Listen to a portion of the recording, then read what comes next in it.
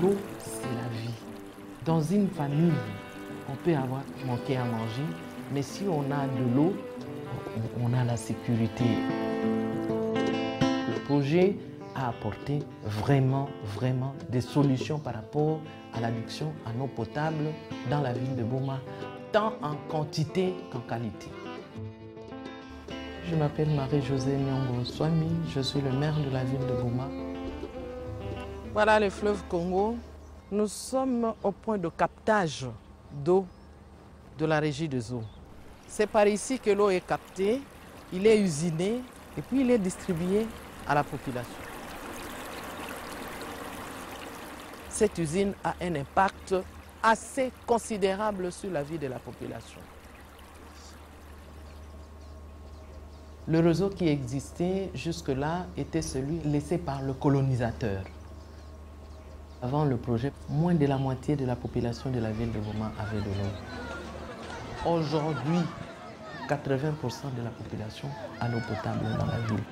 Toute la vie a été révolutionnée par la présence de l'eau. Et ce n'est pas n'importe quelle eau, de l'eau potable, accessible en quantité comme en qualité. Donc, ça donne du bien-être à la population.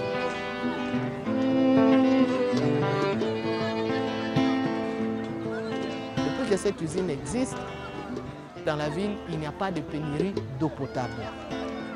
L'eau est là en permanence. Quand il n'y en avait pas,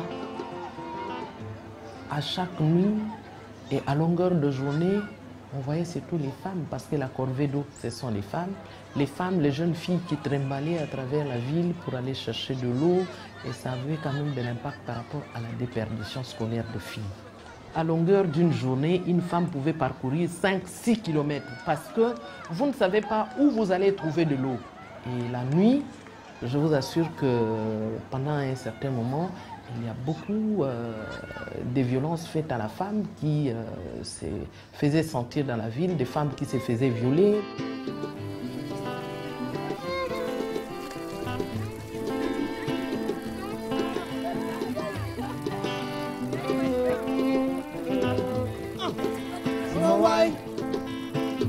Ça a apporté un tant soit peu de la sécurité dans la ville. L'eau, c'est d'abord pour la boisson. L'eau, c'est pour toutes les activités ménagères. Mais l'eau, c'est également pour se laver parce qu'il faut être propre. La situation sanitaire a été sensiblement améliorée à cause de la présence de l'eau potable. Surtout les petits-enfants, les maladies hydriques commencent par les petits-enfants avant d'attraper les adultes parce qu'ils sont très fragiles.